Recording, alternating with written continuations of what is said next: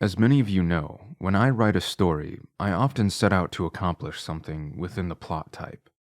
For instance, and spoilers by the way, Without a Trace was written to make a Slenderman story with a healthy dose of realism.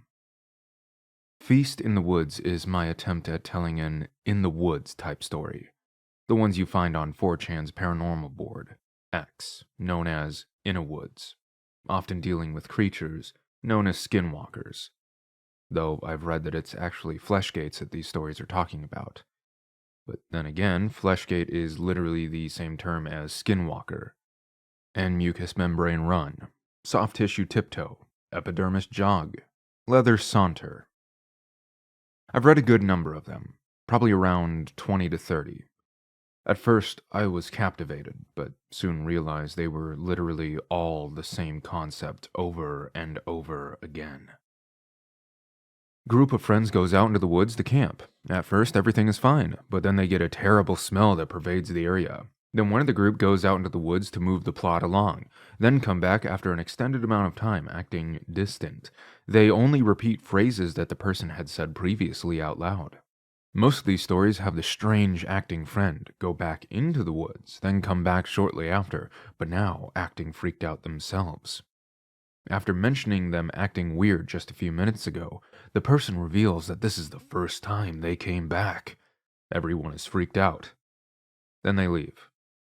Needless to say, this format gets old, real fast.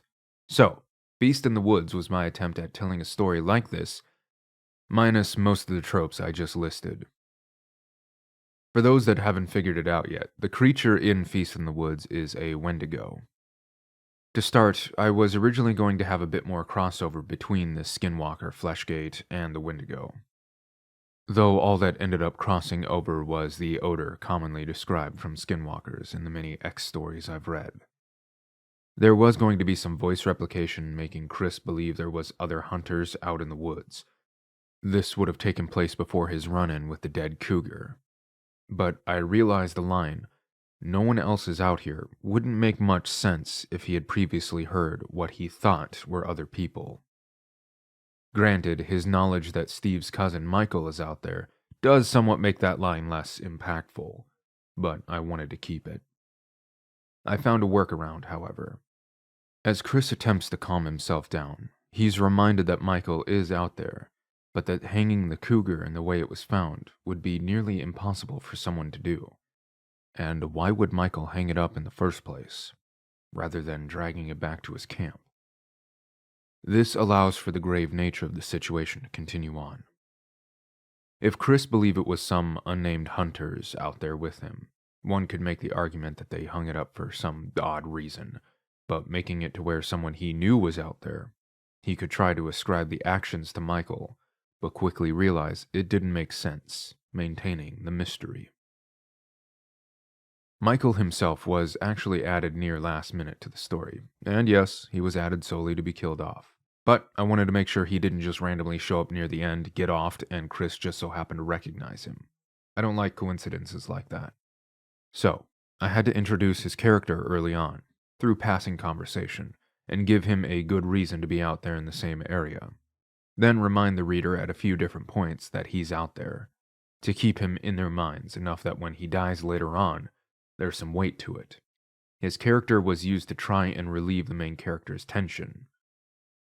However, I don't believe in having characters just to kill them off. They should always serve some kind of purpose. And in this case, his death was to drive home that the Wendigo was capable of killing, to make Chris come to an ultimatum: run or save his dog. Let's talk about the shotgun. Let me tell you, I spent quite some time making sure the rifle implementation didn't feel like someone with no knowledge of how guns work wrote it. Mind you, I own a few guns myself, but I do not own a shotgun. Yet. I considered making the gun to be something along the lines of a 308 bolt action, but I really wanted Chris to sever the Wendigo's head with a gun, and doing so with a rifle caliber isn't really as practical than with buckshot. Here's a comparison of the two ammo types. I threw in Dragon's Breath rounds midway through the story development because Dragon's Breath is cool. And yes, I looked it up to make sure that it's legal in Montana. Because it's not like it would be realistic for a character to obtain illegal ammunition despite state laws. That never happens. It especially doesn't happen with illegal fireworks, like when bottle rockets were illegal in Michigan, so you smuggled them in from Indiana. Again, this doesn't happen. Chris is an upstanding citizen that abides by ATF regulations. Of course, I wanted to make sure the incendiary rounds weren't just a gimmick to show I played Black Ops.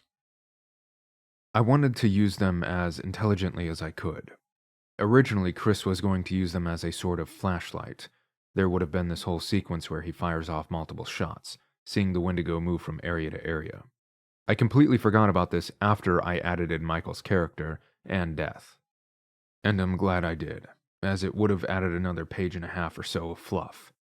Plus, we had already seen the monster, so the mystery was over. Sorta. Of course, as we know, the incendiary was used as a makeshift flamethrower, allowing the magnesium in the shot to burn more of the beast. After the establishment of Michael's death, I wanted to use that to help Chris achieve something else, a state of lessened fear. This is what allowed him to stay hidden from the Wendigo. Many people believe that animals, humans, and the things that go bump in the night can sense fear. Whether this is through the chemicals in our bodies releasing, or because of a spiritual presence, that's up to you to decide. Seeing Buddy's collar on the Wendigo's claws put him into a mindset of anger, which further influenced his offensive capabilities against the creature. If you'll notice, his shotgun did far more damage to the Wendigo in the third attack than it did the previous 2 times.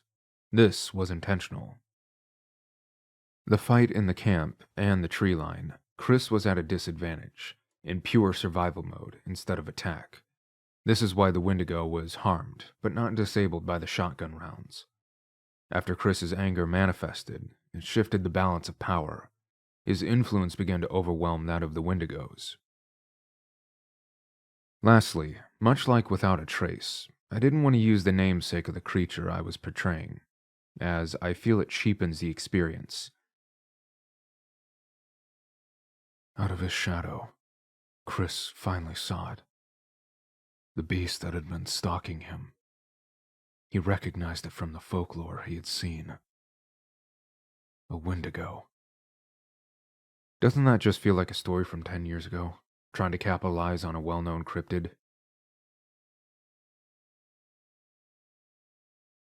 Detective Miles, in a glimpse, saw Preston's captor. The image from the creepypasta wiki he had read, the videos on YouTube he had seen. Slender Man. See? Treating the Wendigo in more of a nameless manner, like Slenderman and Without a Trace, I believe helps keep the suspension of disbelief high.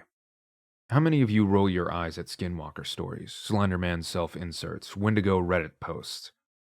That's why I avoid using their names or terms directly.